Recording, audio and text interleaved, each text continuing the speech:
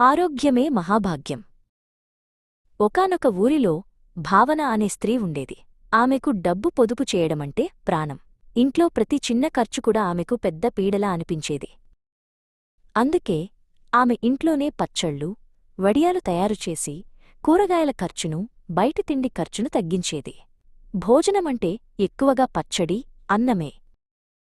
భావన భర్త హరీష్, పిల్లలు సాయి, దీప్తి మాత్రం ఈ పచ్చడి, భోజనానికి విసిగిపోయారు.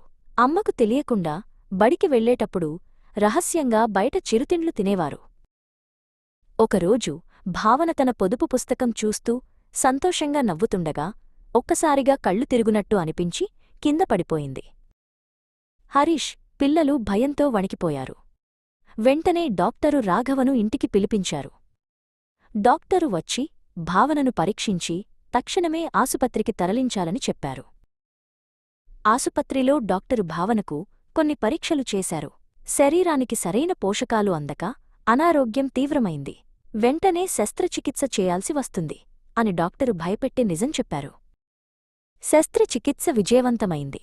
భావన కోలుకున్న తర్వాత డాక్టరు మళ్లీ వచ్చి, డబ్బు దాచుకోవాలనే ఆలోచనలో మీరు మీ శరీరానికే తిండిపెట్టడం మర్చిపోయారు అని సున్నితంగా మందలించారు. డాక్టరు మాటలు భావన మనసును తాకాయి. తను దాచుకున్న డబ్బు కంటే తన ఆరోగ్యం, కుటుంబం సంతోషమే ముఖ్యమని ఆమెకు అర్థమైంది. ఆసుపత్రి నుంచి ఇంటికి వచ్చిన తర్వాత భావన పూర్తిగా మారిపోయింది. ఆమె ఇక పచ్చళ్లమీదే ఆధారపడకుండా అందరికీ మంచి, పోషక విలువలున్న ఆహారాన్ని వండటం మొదలుపెట్టింది. హరీష్, సాయి, దీప్తి కూడా సంతోషంగా కడుపునిండా తిన్నారు. భావన తన గతాన్ని మర్చిపోయింది. వారంతా ఆరోగ్యంగా, సంతోషంగా జీవించారు.